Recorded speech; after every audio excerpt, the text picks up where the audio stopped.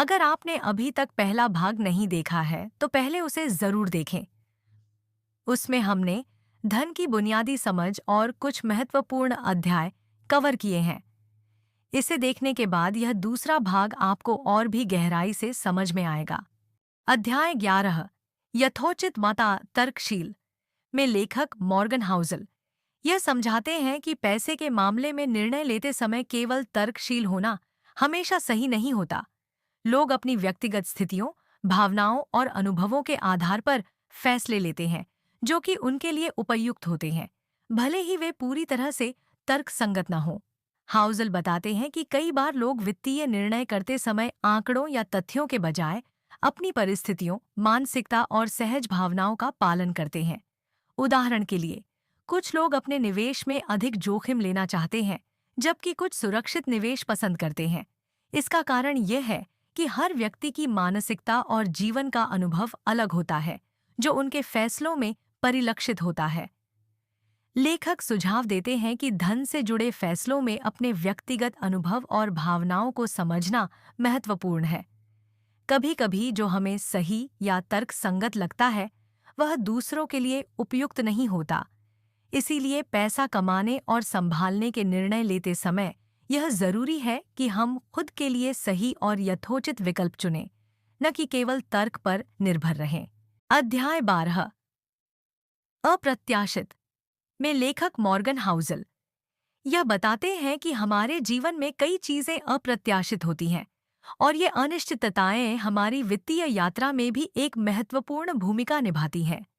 अक्सर हम भविष्यवाणी करने की कोशिश करते हैं कि बाजार, निवेश या जीवन में क्या होने वाला है, लेकिन सच्चाई यह है कि बहुत कुछ अनियंत्रित और अनदेखा रहता है। इस अध्याय में लेखक इस बात पर जोर देते हैं कि भविष्य का अनुमान लगाना बेहद मुश्किल है और कई बार वित्तीय फैसले उन घटनाओं पर निर्भर हो सकते हैं जो हम कभी नहीं सोच सकते थे। हाउजल कहते हैं कि चूंकि कई महत्वपूर्ण चीजें हमारे नियंत्रण में नहीं होती, इसलिए एक लचीला दृष्टिकोण अपनाना जरूरी है। उनके अनुसार सही वित्तीय योजना में अप्रत्याशित स्थितियों के लिए तैयार रहना शामिल है। इसका मतलब है कि हमें केवल इस बात पर ध्यान नहीं देना चाहिए कि बाजार कैसा प्रदर्शन करेगा, बल्कि इस पर भी ध्यान देना चाहिए कि अगर चीजें हमारी उम्मीदों के विपरीत होती हैं, तो हम कैसे प्रतिक्रिया देंगे।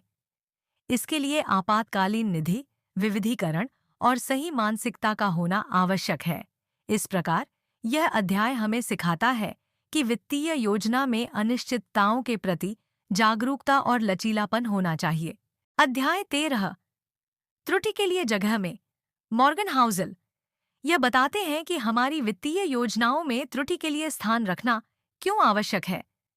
उनका कहना है कि चाहे कितनी भी अच्छी योजना क्यों न हो, जीवन में अप्रत्याशित घटनाएं होती ही हैं और हर फैसले में थोड़ा जोखिम होता है।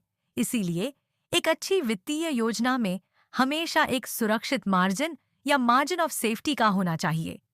लेखक इस अवधारणा को उदाहरणों के जरिए समझाते हैं कि अगर हम अपनी हर उम्मीद के हिसाब से ही योजना बनाते हैं, तो छोटी सी गलती या अप्रत्याशित घटना हमारे पूरे प्लान को बिगाड़ सकती है। त्रुटि के लिए जगह रखने का मतलब है कि आप अपने संसाधनों और निर्णयों में लचीलापन बनाए रखें, ताकि किसी भी झटके या बदलाव का असर कम से कम हो।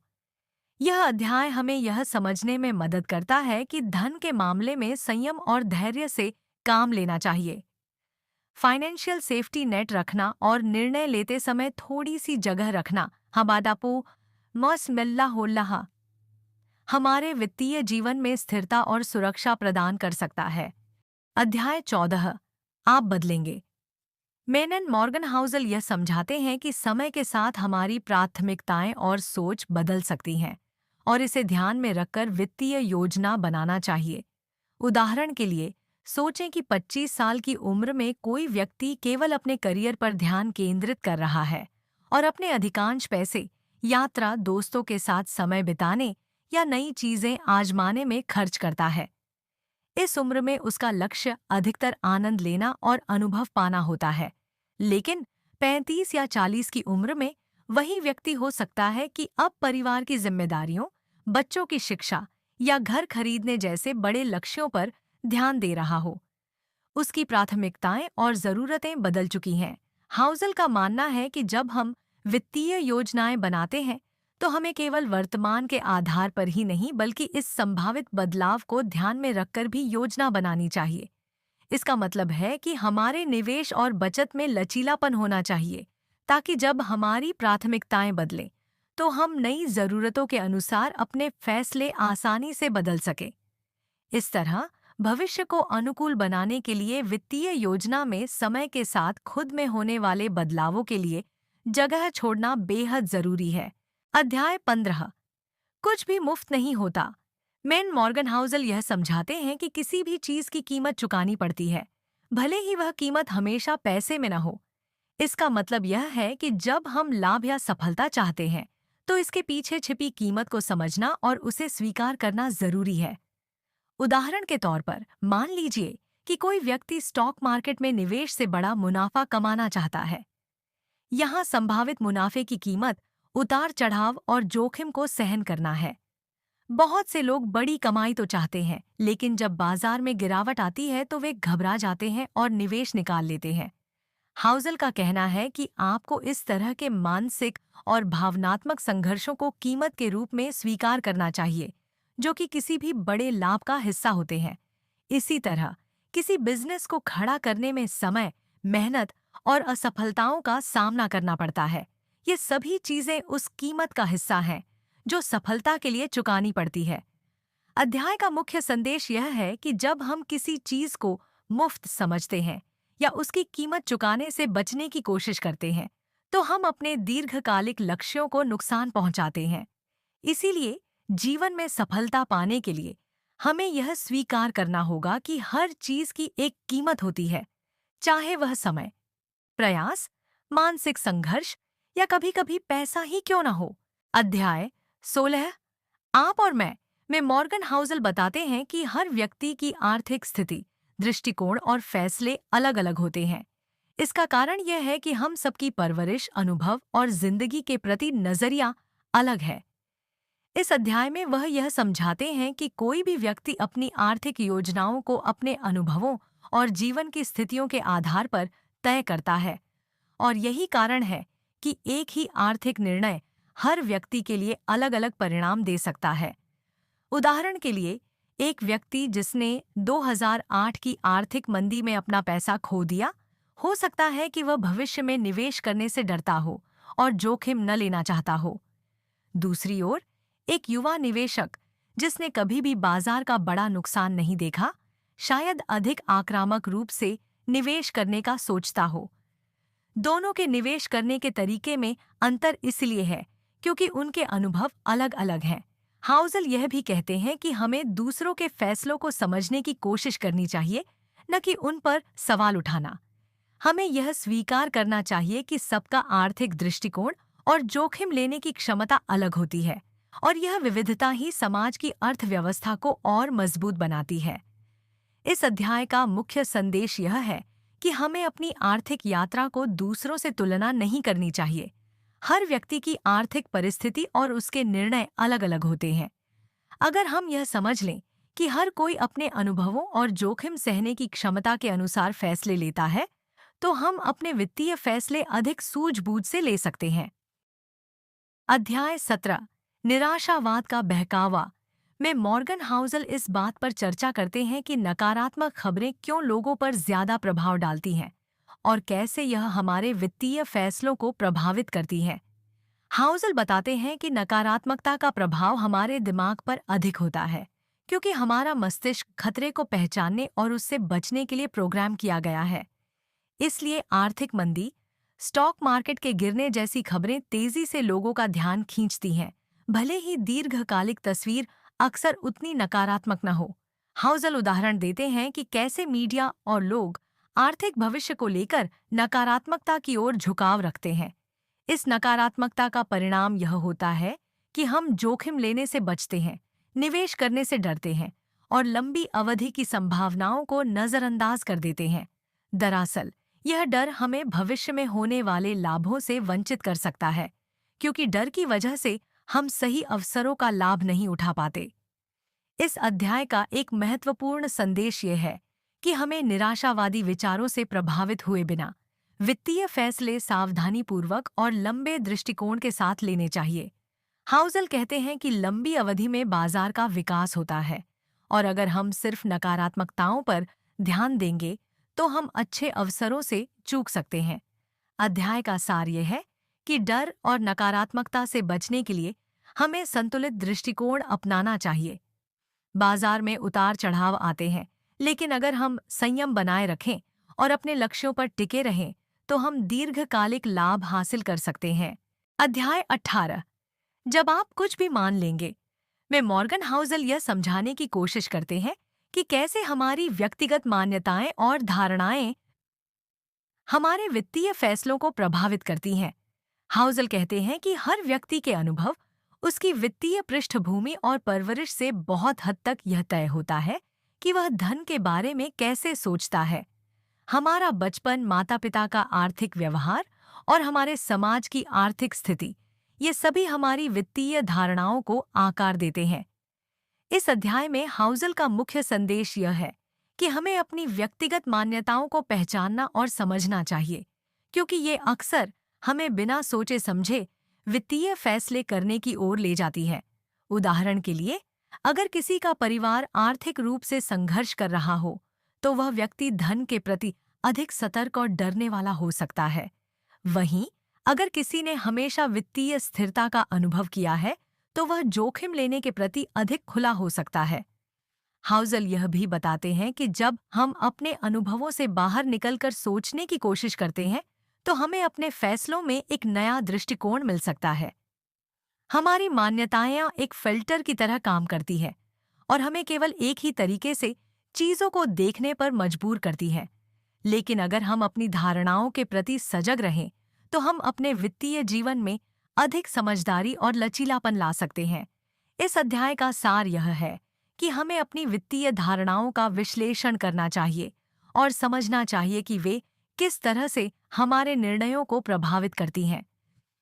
इससे हम अपने आर्थिक फैसलों में अधिक संतुलन और समझदारी ला सकते हैं, जिससे हमें लंबी अवधि में बेहतर परिणाम मिल सकते हैं। अध्याय 19। अब सब साथ में मॉर्गन हाउसल यह समझाने का प्रयास करते हैं कि धन के साथ व्यवहार में कई विविध कारक मिलकर काम करते हैं और इनके बीच संतुलन बनाने का महत्व है। हाउसल यहाँ पूरे पुस्तक के विचारों का सार बताते हैं, जिससे हमें यह समझ आता है कि धन के साथ सफल व्यवहार केवल वित्तीय गणनाओं या योजनाओं तक सीमित नहीं है। यह हमारे व्यक्तिगत अनुभवों, हमारी धारणाओं और दूसरों के दृष्टिकोण को समझने पर भी निर्भर करता है। हाउसल के अनुसार पैसा केवल एक साधन है और इसकी उपयोगिता हमारे दृष्टिकोण, आदतों और प्राथमिकताओं पर निर्भर करती है। उदाहरण के लिए, उन्होंने यह बताया कि कुछ लोग पैसा सिर्फ अपने भविष्य को सुरक्षित रखने के लिए कमाते हैं, जबकि कुछ इसे अपने जीवन के अनुभवों को। अध्याय 20 स्वीकारोक्ति में मॉर्गन हाउसल यह दर्शाते हैं कि वित्तीय सफलता के लिए विनम्रता और अपनी सीमाओं को पहचानने की क्षमता कितनी महत्वपूर्ण है। उन्होंने कहा कि किसी भी इंसान के पास सब कुछ जानने की ताकत नहीं है और हमें यह स्वीकार करने की जरूरत है कि हमारी समझ और ज्ञान में भी कमियां हो सकती हैं। यह स्वीकृति हमें बेहतर निर्णय लेने के लिए प्रेरित करती है। हाउसल बताते हैं कि सफल निवेशक या वित्तीय विशेषज्ञ भी हमेशा सही नहीं होते। उन्होंने जोर दिया कि हम सभी इंसान हैं और इंसान के तौर पर हमारी वित्तीय समझ सीमित होती है। अपनी गलतियों और असफलताओं को स्वीकार करना हमें बेहतर बनाता है और हमें उन अनुभवों से सीखने में मदद करता है। उदाहरण के लिए, एक निवेशक जो अपने सारे निर्णय सही मानता है, वह कभी भी अपनी गलतियों से सीखने का प्रयास नहीं करेगा। इसके विपरीत, जो निवेशक अपनी गलतियों को स्वीकार करता है, वह अपनी रणनीति में सुधार लाने के लिए तैयार रहेगा। यह विनम्रता और स्वीकारोक्ति उसे लंबी अवधि में सफल बनाती है। हाउसल इस अध्याय के माध्यम से बताते हैं कि वित्तीय निर्णयों में विनम्रता और लचीलापन होना बहुत जरूरी है। जब हम अपनी सीमाओं को समझते हैं तो हम अधिक सचेत रहते हैं और अपने फैसलों में सुधार कर सकते हैं। यही दृष्टिकोण हमें वित्तीय संतुलन बनाए रखने में मदद करता है और दीर्घकालिक सफलता के लिए प्रेरित करता है।